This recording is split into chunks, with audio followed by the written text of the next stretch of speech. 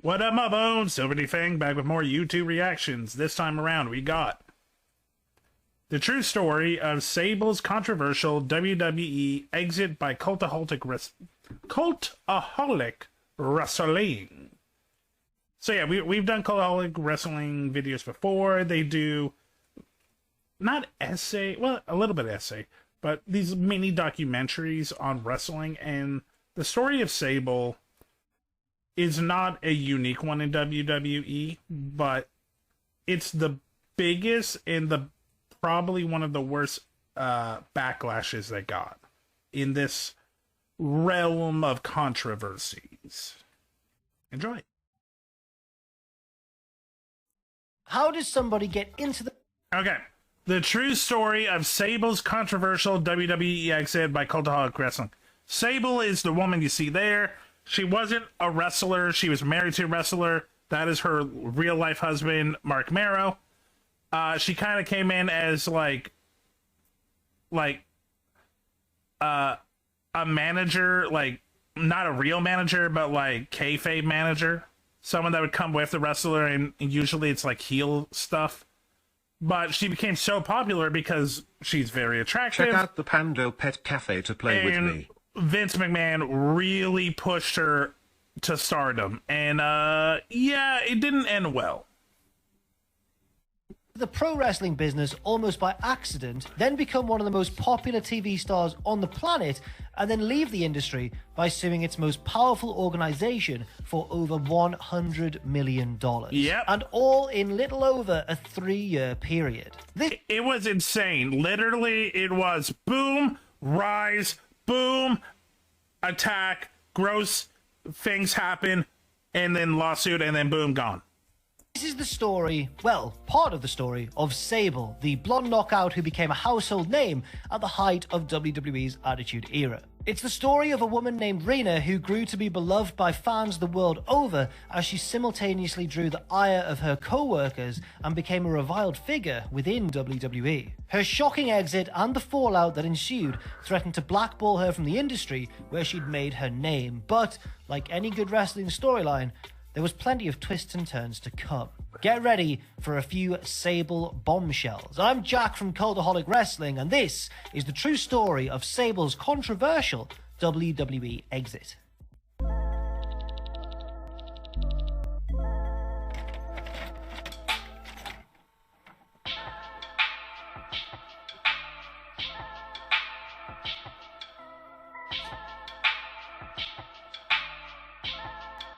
Rena Marlette Greek was born on August 8, 1967 in Jacksonville, Florida. Outdoorsy and naturally athletic, Rena enjoyed gymnastics and horseback riding in her youth. She also competed in beauty pageants, winning her first one at the tender age of 12. In the mid-1980s, she met attractive blonde woman in Florida during the 70s and 80s? Yeah. And fell in love with a man named Wayne Richardson, with the two marrying in 1987. The couple's daughter Mariah was born in March of '88, and while acting as a housewife and stay-at-home mother, Rena picked up a fair few modeling gigs for big brands like Pepsi and Guess. Things were, by all appearances, steady and stable for the young family. But sadly, on October 19, 1991, Wayne Richardson died when he crashed his best friend's Chevrolet Blazer into a concrete pole. Wayne and 2 of his friends passed away instantly, while another died in hospital 2 days later. Not long after the accident, police declared that Wayne was legally drunk at the time and had a blood alcohol level far above the legal limit. Wayne had been described as a wild-eyed southern boy by close friends, and his enjoyment of the party life was no secret. On the night of the crash, Wayne was apparently drowning his sorrows following an argument he and Rena had gotten into about his weekend lifestyle. It was the last time the two would ever speak. That has to be really hard. Even if he kind of did it to himself, it's got to suck that the last time you see someone that you love is during a drunken fight. The premature death of her husband was devastating, but Rena endeavored to carry on with her life and sought more work as a model to support herself and her daughter. It wasn't terribly long after Wayne's passing that she first met Mark Miro at a mall restaurant. The man, then better known as Johnny B. Bad, was in town for a WCW event and invited his new acquaintance to the show. They became fast friends and in time began dating before marrying in 1993. Shortly afterwards, Mark officially adopted Mariah as his own child. Yay! Rena continued to model. Yay! A good man! A good man in wrestling stepped up and become a dad. Yay! And raise her daughter while Mark was on the road, though she certainly influenced her new husband's career and had a hand in his WCW exit. In early 1996, Mark Miro informed WCW management that he wanted to drop Kimberly Page as his manager. Citing his Christian faith, Miro told Eric Bischoff that he didn't want to be seen cavorting with another man's wife on the road, regardless of whether it was scripted or not. Bischoff, for his part, didn't want to deal with anyone who objected to what he felt was a pretty standard storyline, so he let Mark go. It's very hard, especially in the 90s, to be like, fuck your religion. It's not going to end up well for you if it gets to the news. Incoming ad break. In the midst of a burgeoning wrestling war, Vince McMahon, a noted fan of the Johnny B. Bad character, was more than happy to snap up a new piece of talent that had just entered the free market, and the two sides immediately entered into negotiations. In one of those fortuitous moments that probably seemed like no big deal at the time, but wound up greatly impacting the lives and careers of all involved years later, Mark invited Rena to accompany him for his meeting with WWE officials. Awestruck by her beauty, McMahon and... That is probably the face that man used. Okay, I need to get out of the way so you can look at this disgusting man. So, for anyone that doesn't know, Vince McMahon is the owner of WWE since 82 to 2024. The only reason he isn't anymore is he was accused of sexual harassment to multiple women, both talent, behind the stage, for decades. Many, like we're talking 20 to 30. No one was shocked because that we saw what he was doing on camera. Like during the 90s and the early 2000s, some of the storylines he put himself in with attractive, beautiful women that like work for him is disgusting.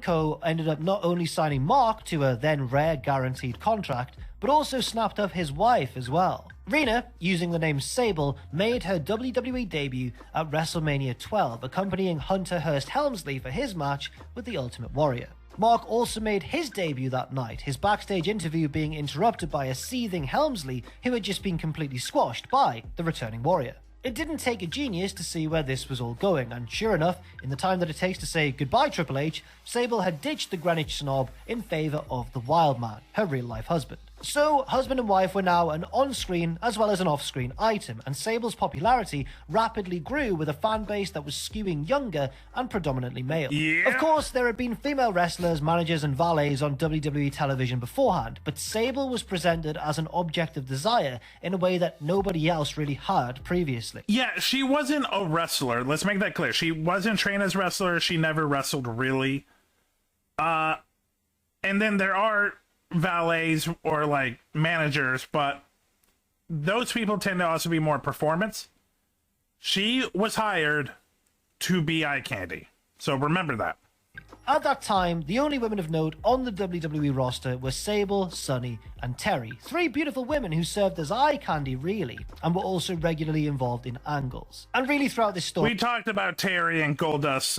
Terry was Goldust's real wife at the time. It was a really weird angle that they put the...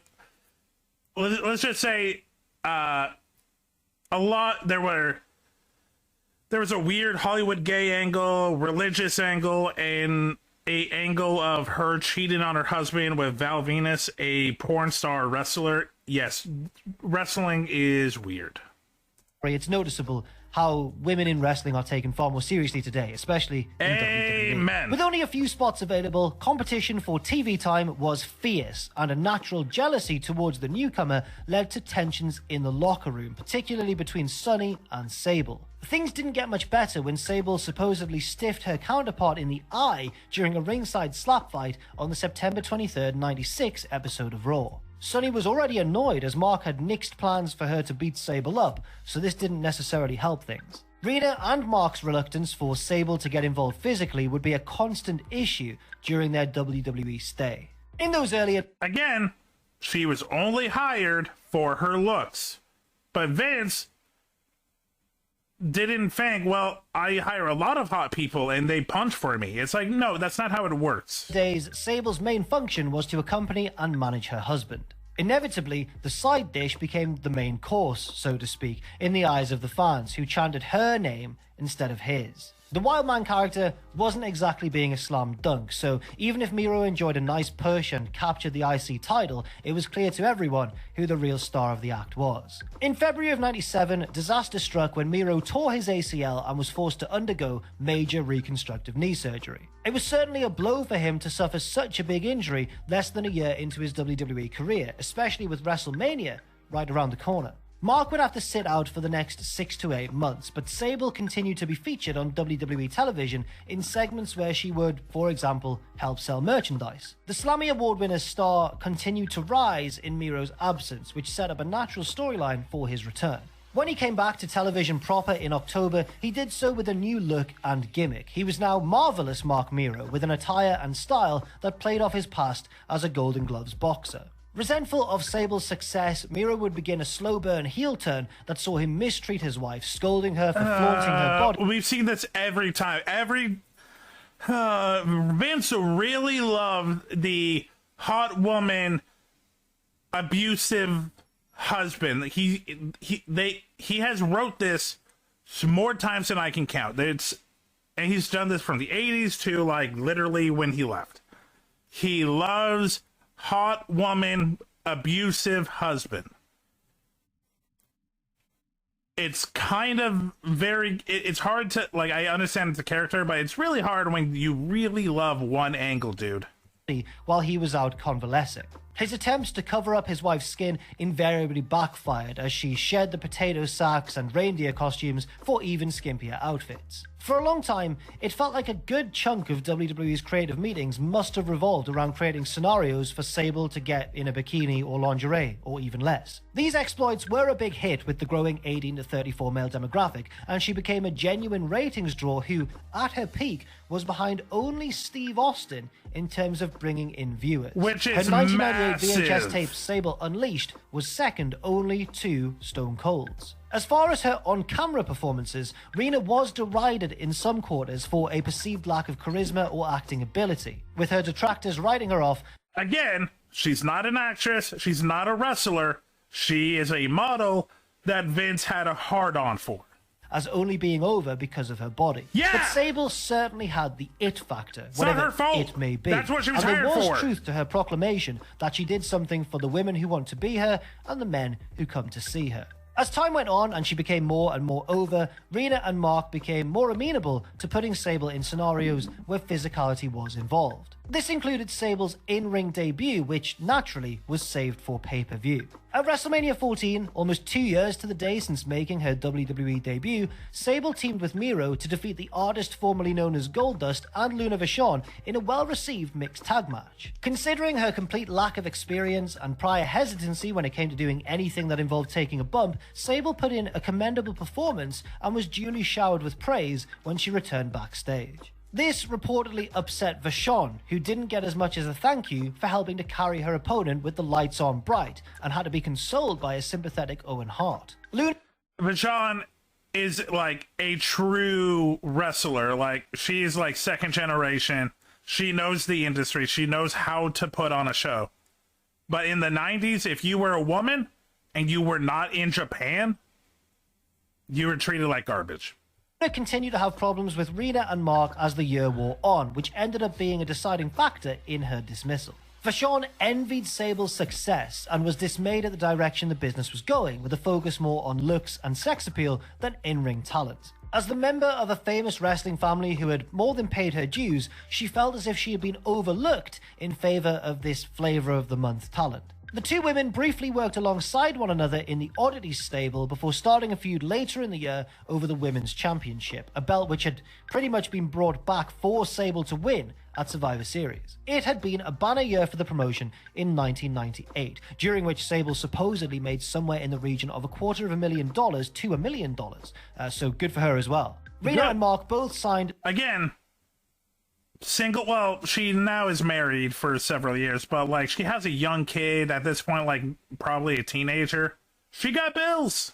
3-year contract extensions with WWE in the August of that year, and that December, Sable completed her first photo shoot for Playboy magazine for a cover edition that would be released in March to coincide with the big promotional push for WrestleMania. Signing a lucrative deal that supposedly made her, at the time, the highest paid Playboy cover girl in history, Rena was also given full creative control over the shoot, including final say.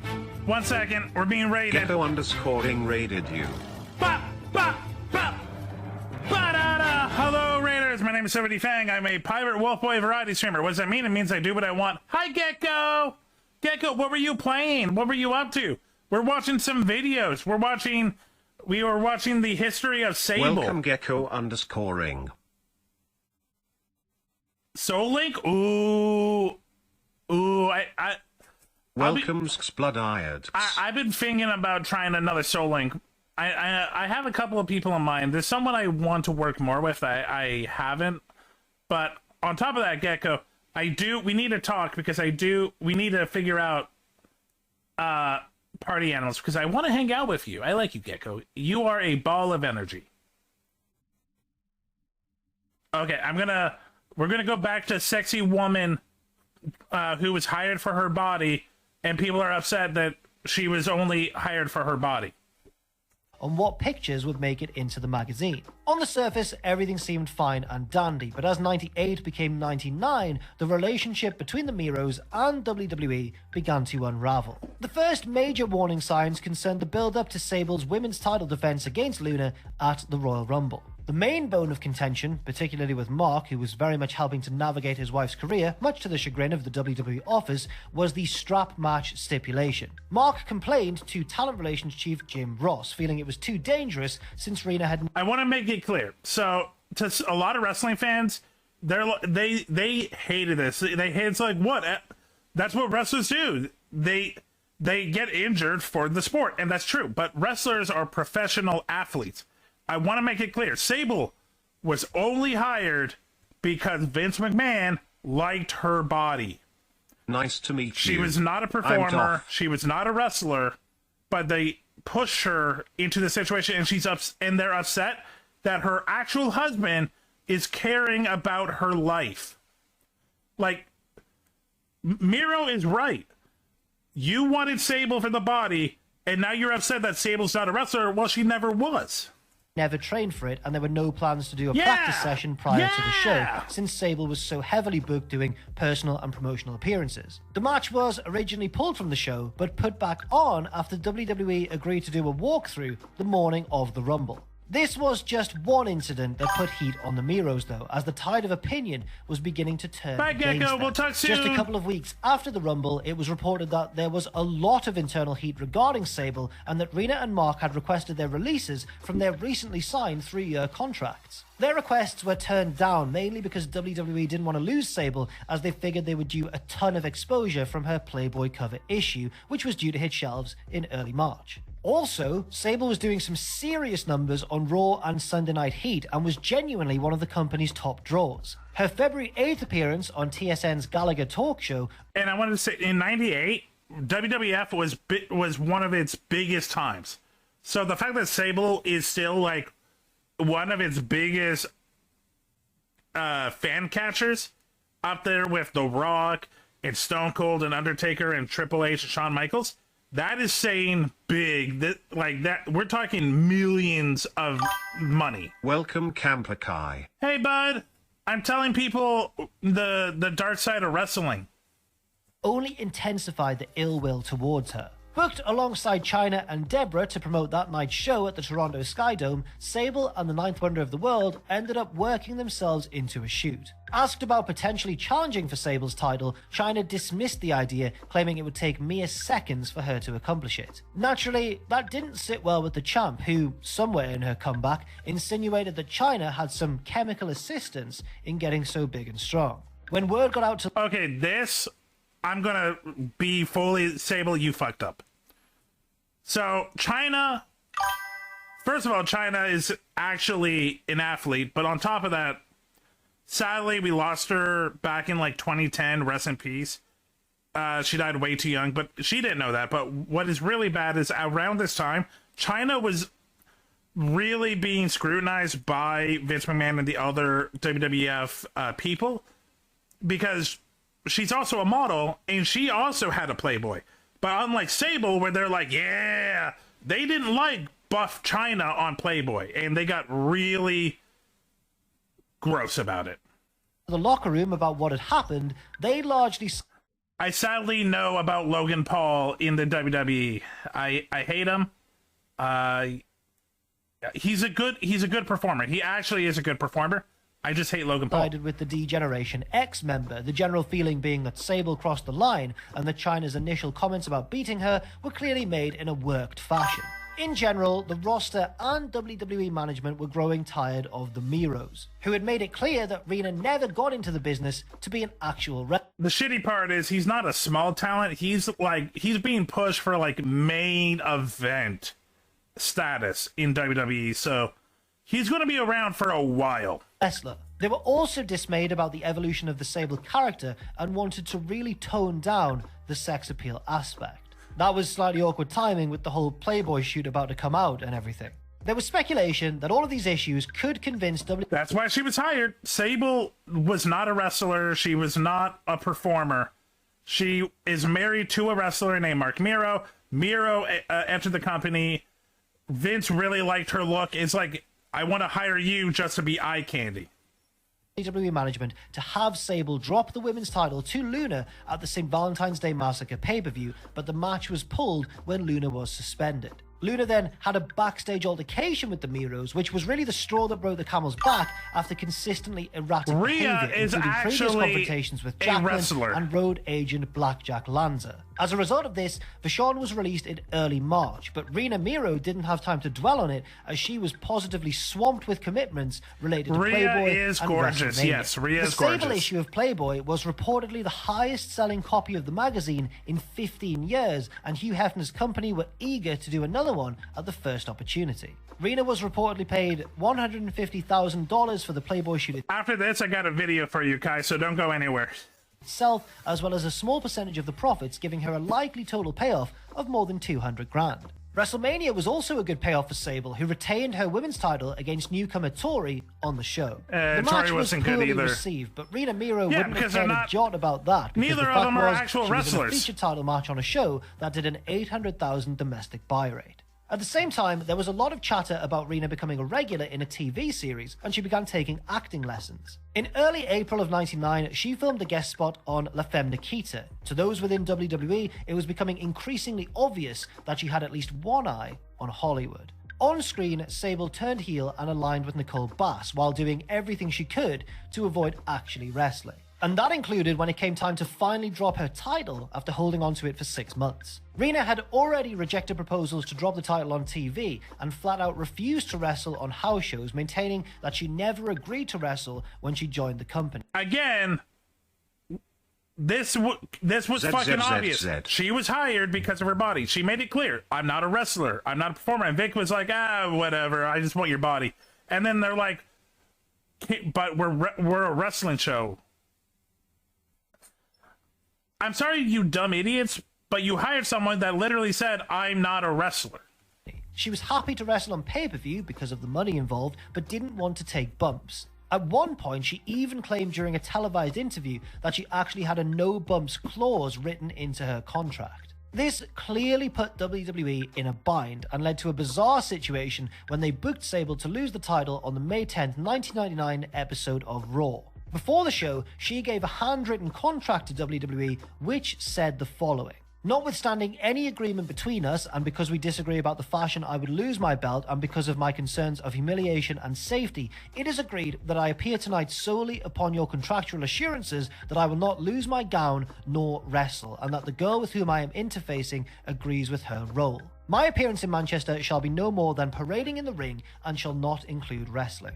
I agree to make a scheduled personal appearance outside the ring, otherwise I will have complete hiatus from the WWF until May 23rd, at which time we hope to have our contractual concerns resolved. Until such time, neither I nor the WWF, its employees or subcontractors shall speak disparagingly about the other, scripted or unscripted.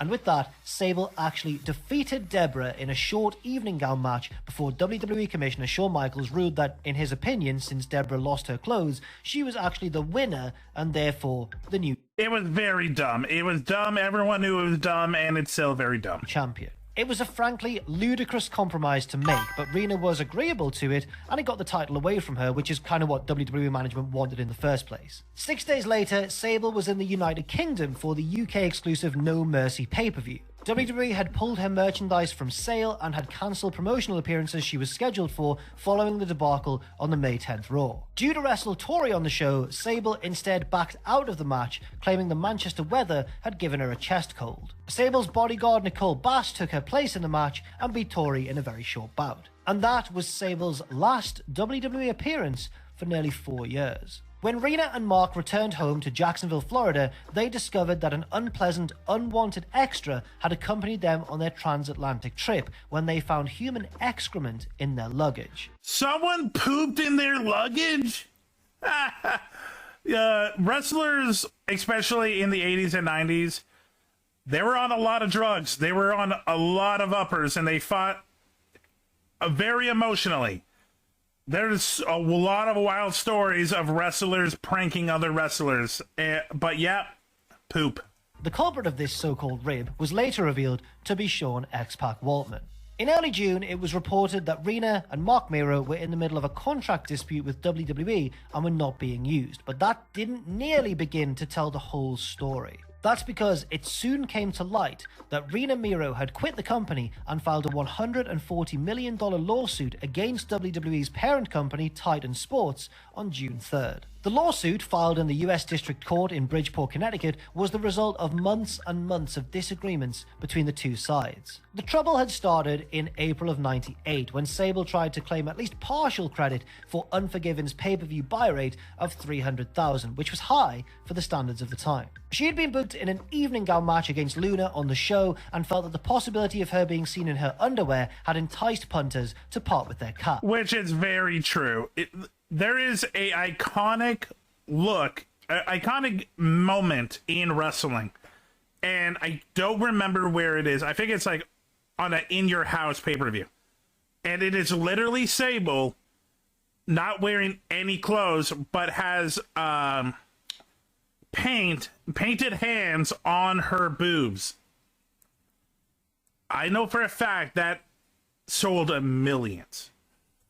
Now that attitude, and putting herself on the same level as the top star in the industry, didn't endear herself to the wrestlers in the back, who were already annoyed at her reluctance to work all of the house shows they were expected to. The backstage ostracization of the Miros had to play a big part in their decision to ask for their releases the first time, and they, as well as some Hollywood agents, believed that Rena could be the next Pamela Anderson-esque star if she committed to Tinseltown full-time. Further problems arose in relation to Sable's planned second Playboy cover issue, which was due for an August release. WWE had actively encouraged her to pose for the first issue, rightfully believing that it would be great publicity for WrestleMania 15. Rena had initially turned down the opportunity before her amount of compensation was upped. WWE acted as brokers for the deal the first time around, but the magazine went directly to Miro on the second occasion.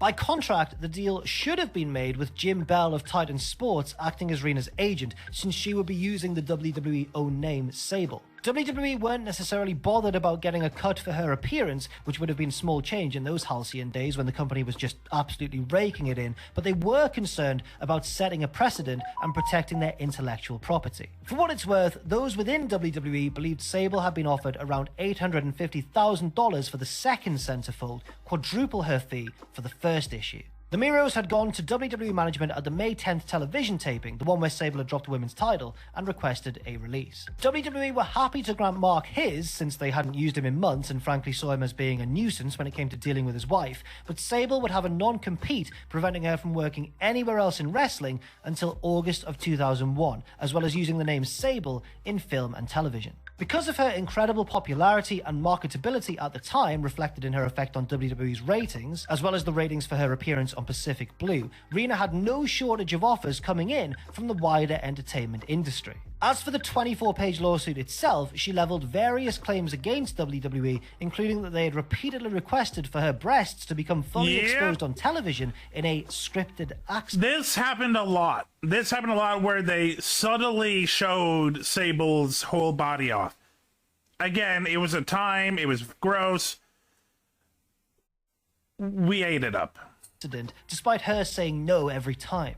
She further alleged that she had signed her contract extension under duress, that male members of the WWE roster would frequently walk into the women's locker room as if by accident, that WWE wanted her to do a lesbian angle, that wrestlers had threatened her during steroid-induced rages, that the company didn't provide an accurate picture of her merchandise sales, and... well, there was a lot there, but the basic gist was that she felt she had been lied to about several things, which she being probably prevented from was. pursuing an acting career, and She the probably WWE was. was an unsafe and morally objectionable working environment. Industry commentators felt that some parts of the suit had merit, while other parts were ridiculous, and that the $140 million figure she was seeking was really just a tactic to get her release, along with the rights to use the Sable name. Days after the lawsuit became public knowledge, Rena Miro did the unthinkable and showed up on the live broadcast of WCW Nitro. Not something you Seated do. in the front row, Miro smiled and... in that time, WCW and WWF, rivals. Like, they were nasty to each other. So for a wrestler to do this, it is like an act of war. waved at the camera while being shown in close-up. WCW's announce team, including Eric Bischoff, made a point not to reference her either as Sable or Rena Miro, but the fans were more than happy to chant her WWE-owned moniker. Alarm bells were ringing in Titan Towers when they saw one of their contracted performers popping up on the rival show's TV program. In spite of Rena Miro's desire to obtain her full release, she was still technically under WWE contract at the time she appeared on Nitro, and Titan lawyers smelled a breach. WWE had sent Rena a cease and desist the week before, asking her to stop Incoming using ad the break. name Sable. When it came to the Nitro appearance, Rena innocently claimed that she had just been in Chicago visiting a friend, noticed that the wrestling was in town, and bought a ticket of her own volition. WCW corroborated the story, but in actuality, Kevin Nash had acted as an intermediary and made sure with Turner Broadcasting's legal department that Rena showing up wouldn't cause any issues for either her or the company. WWE's ace lawyer, Jerry McDevitt, immediately contacted WCW's attorneys and threatened to file a lawsuit. WCW contended that Rena Miro/Sable was not negotiating with the company and would not appear on WCW programming until her contract expired in August of 2001, so good luck with that one, or she had obtained a full release. Speaking to the media, McDevitt vowed that Miro would never get the rights to the Sable name and could, quote, sue until the cows come home. Rena herself used the media, including an appearance on The Jay Leno Show, to attack the wrestling business for being unregulated, sleazy, and violent. She also filmed commercials and infomercials and fielded TV and movie scripts while waiting to see how the lawsuit would play out. On July 12th, a little over a month after filing the suit, a court in New Haven, Connecticut ruled that the name Sable was the intellectual property of Titan Sports. Which is sadly Once true. that had been decided, the two sides quickly began working out the deals of a settlement. Not so much with a general payout, but the financial aspect of Miro's deal with Playboy, future royalties, and the terms of release for both her and Mark. The lawsuit was officially settled out of court on July 22nd, with both Rena and WWE agreeing to not discuss the matter in public nor disclose the terms of the settlement. Mark Miro got his full contractual release, while Rena was bound to the original terms of hers, meaning she couldn't work for WWE's competition until August of 2001. Rena may not have been able to use the name Sable, but Playboy reportedly negotiated with WWE to use it for the August issue of their magazine. They also announced a bumper Ultimate Sable edition of the magazine for October, making her the first woman to be on the cover of Playboy 3 times in a calendar year. Good I honor. say reportedly agreed because Jerry McDevitt told the media in September that they had not reached a full agreement before the August issue went to print, and they were suing Playboy for some of the issue's profits, as well as attempting to block the forthcoming 96-page special. The saga did go through the court system, but to cut a long and quite frankly tedious story short, they sorted things out, and WWE and Playboy's relationship only continued to grow in the years after, with stars like Chyna, Tori Wilson, and Maria Kanellis. And again, the China story is a controversy in its own right.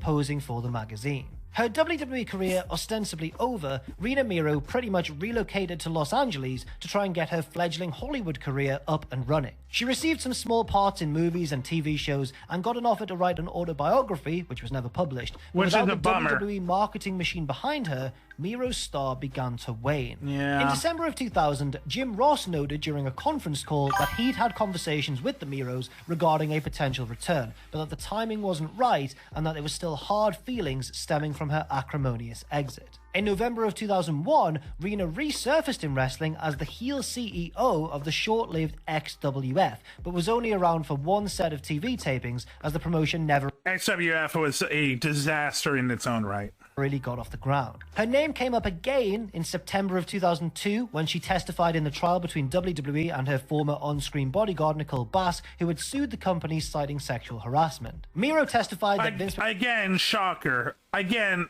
if a woman was in WWF, something might have happened. McMahon had broken his promise to portray Sable as a classy, intellectual woman, and that she had left after refusing to bare her breasts on TV or participate in a lesbian storyline. You might assume that testifying against the company on behalf of somebody attempting to sue them for millions, which was ultimately ruled in favor of WWE, I might add, could further block any attempts from Miro to get back into the business. Rena had talks with the insurgent NWA TNA in early 2003, but instead shocked the world by returning to the WWE on the April 3rd, 2003 episode of SmackDown. Never say never, I guess. She had called WWE to see if there was interest, and the company had subsequently flown to Los Angeles to negotiate with her, hammering out the details in a single sitting. Signing a multi-year deal, WWE assured her that what happened in the past would stay in the past. However, according to husband Mark, Rena did have to apologize to some of the top-ranking members of the locker Gross and disgusting. room she'd rubbed the wrong way Gross and during her disgusting. first run, including Steve Austin and The Undertaker. And one of Yeah, look, Steve Austin and The Undertaker, they're not bad people, but they're old school wrestling, and that's not a good thing. They believe in your dues and the hierarchy, and like, it's gross.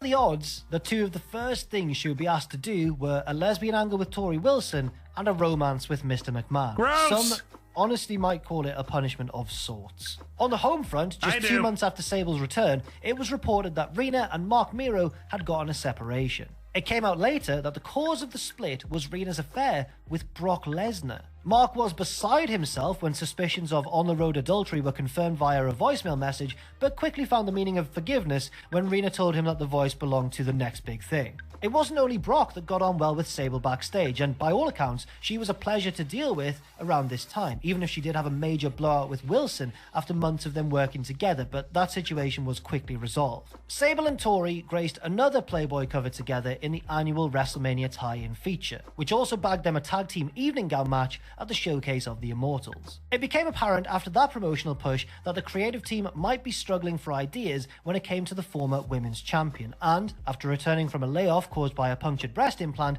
her role was Ooh, that sounds awful. Ooh, I don't even want to know, like, how... God, that's painful. significantly lessened. It didn't help that Brock had left WWE immediately after WrestleMania 20 to pursue a pro football career, which made Sable's position Which didn't go tenuous at anywhere. best. Not that Rena seemed to care, as she continued to speak freely against the company line. In an interview published in the August 8th edition of the Fort Wayne Journal-Gazette, Sable made a lot of interesting comments. She said that women were hired on looks, not Yep, ability, true. which she admitted benefiting from. She claimed that women with talent were overlooked True. because they didn't have a particular appearance, argued that women were judged more harshly than men, especially Absolutely true. All of this was proven true. if they had kids and went out on the road, and noted that women were not part of the management Yep. structure in WWE. There were no women in the management side of WF until like Stephanie McMahon, and Stephanie I don't think counts. WWE, among other things. The news of her release 2 days after that interview did the rounds was hardly the surprise of the century, although apparently the parting of ways was said to be amicable. Rena had asked for an easier schedule so that she could be at home with her teenage daughter more, whereas WWE wanted her to work more of the house shows because she didn't have a substantial role on TV at the time. It has now been almost 20 years since we've seen Sable on WWE programming, as she has remained out of the spotlight.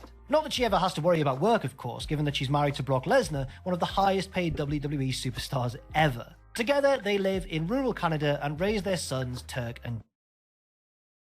That part I didn't know. I didn't know Brock lives in Canada, or if Sable lived in Canada. I did know that they did marry. I do, yeah. A little bit of an age difference, because Lesnar was like 23 and Sable is like mid to late 30s, I think, but whatever. Duke. Public sightings of Rena are... I'm sorry, their sons are Turk and Duke? Oh, God. Gross. That's just a weird name. And most fans only caught glimpses of her when Brock fought in the UFC. Rena does not make public appearances and is not signed to a WWE Legends deal, and according to Tori Wilson, when she was inducted to the Hall of Fame, WWE didn't even want Sable's name mentioned. Which is insane, because Sable pretty much was a big part of the Attitude Era, which was one of their biggest times. Well, Sable did some shitty things, but like the cheating, not good. The pompous stuff, not good. But here's the truth. She knew what she was hired for. She knew who she was. WWF knew who she was and what her talents were. But they thought they could get everything, and they were what they are, which are big babies. That was fun. Hey, thanks for checking out this video. Check me out on Twitch, SilverDFanng, 2 N's in Fang. Check me out on Twitter and Blue Sky under the same name. Also TikTok. Have a great night.